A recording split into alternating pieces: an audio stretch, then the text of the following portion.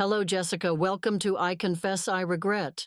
You said you were going to tell us a stunning confession, right? Yes, that's right. Then we're listening to you. I am a woman who left my husband for money. I am a little relieved to tell this truth, which I have been hiding inside for years, through you on this program. Maybe the viewers will be angry with me now, but that's okay. This is the truth. Sometimes life puts you in such a corner that you choose the wrong thing even when you know the right thing. I left my husband knowing it was wrong to leave him, and I've regretted it for years. His name was Ethan. When we met, we both had big dreams about life, but the reality was not as bright as our dreams. He was an artist, painting, searching for inspiration, capturing the beauty of the world on canvas. I was an accountant for a company. I admired the way Ethan forgot the world when he picked up a brush and spoke only in colors. I loved him so much that I felt inadequate next to one of his paintings. But then things changed. Love doesn't pay bills. It doesn't fill the fridge. The first trouble started with small arguments. Ethan couldn't pay the rent because he couldn't sell paintings, and my salary was barely enough to live on. As the debts started to pile up, tensions rose. One night, Ethan said, "This is just a phase. My new exhibition will get attention soon, Jessica. Just be patient a little longer." But patience was not easy. Our fridge was running low on food. Even the lights had been turned off because our electricity bill hadn't been paid. Our life was getting worse every day. Financial difficulties were interfering with our happiness, and not only interfering, they were also driving a wedge between us. One night, our argument escalated. Ethan said, "Is that your understanding? Art is my life. If I give it up, I'm nothing." I had tears in my eyes. "What about us, Ethan? Are we nothing? How are we going to survive like this?" Our conversation ended like hitting a wall. I told Ethan many times to get a job and work, but he, being an art lover, never listened to me. That night, we slept in separate rooms. I left work early the next day, and as I was walking to Ethan's studio, I got an eviction notice on my phone. We had to move out at the end of the month. In panic and desperation, I went back to my workplace, and that's when I met Mr. Harrington, my former boss, who was older and extremely wealthy. He always looked at me with a strange interest, sometimes asking, "Jessica, why is such a beautiful and talented girl in such trouble?" That day he approached me with the same attitude. "Jessica, you don't look well," he said. I had tears in my eyes. The weight of debt and anxiety had fallen on my shoulders. "I can help," he said, and pulled out a checkbook. He wrote an amount that would last me for a while. I was stunned. "I can't accept it," I said, but he pushed me hard to take it. I couldn't afford it anyway, so I accepted it. Then he gave me his card and asked me to call him tomorrow. The next day I called him. He invited me to his house. He said he would have his driver pick me up from where I was. When I went to his house, I was surprised. He lived in a magnificent villa. As soon as I walked in, I was greeted at the door. Mr. Harrington said, "Come, Jessica, let's have a chat." As we drank our coffees, he asked me how I could put up with the life I was living, and how I didn't deserve it. "I can hardly stand it anymore," I said. He told me that if I wanted, all my troubles would be solved, and I could live a better life. At first, I thought he was going to offer me a job, but as the conversation progressed further, he told me that I should leave Ethan and be with him. At that moment, I felt I was at a crossroads in my life. If I chose Ethan, we would be condemned to starvation, debt, and perhaps shelter on a street corner. If I accepted Mr. Harrington's offer, a comfortable life of lies awaited me. My battle of the mind felt like hours, but in reality, only seconds had passed. It was a moment of cowardice, and I chose cowardice. I left Ethan a note the next morning, a simple goodbye, written with tears burning my throat. "I am too weak to be with you in this life. I don't deserve you." Truth and lies were mixed in my sentences. I didn't write that I didn't love her, because that would have been like pouring concrete over a love that had already been lived. I trivialized my escape so that he could dream freely. Leaving only a note behind, I said goodbye to the man I loved. For a few months, I lived a life of luxury with Mr. Harrington. My financial troubles disappeared. New clothes, fancy parties, and a chauffeur who was there for me whenever I wanted him. But these comforts couldn't fill the emptiness growing inside me. The regret of the day I left Ethan grew deeper with each passing day. When I closed my eyes in bed at night, his face would appear as if to say, "Why did you leave me?" Over time, Mr. Harrington became controlling and cold. As his interest in me waned, he paid more attention to the people around him. More and more days I felt lonely. One day, at a party, I saw him getting close to another young woman. At that moment, I realized that I was just a toy. That night I had a big argument with Mr. Harrington, and I left the house. There was no more Ethan,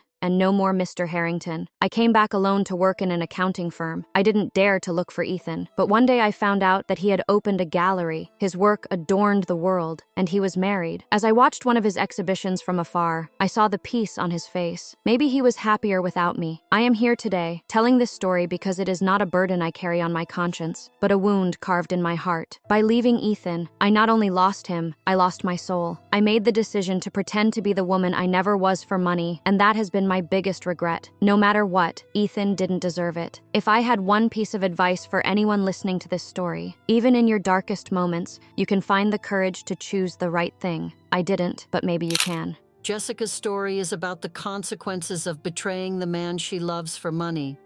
It's about the regret of abandoning the man she loved instead of fighting for him when the odds were stacked against her.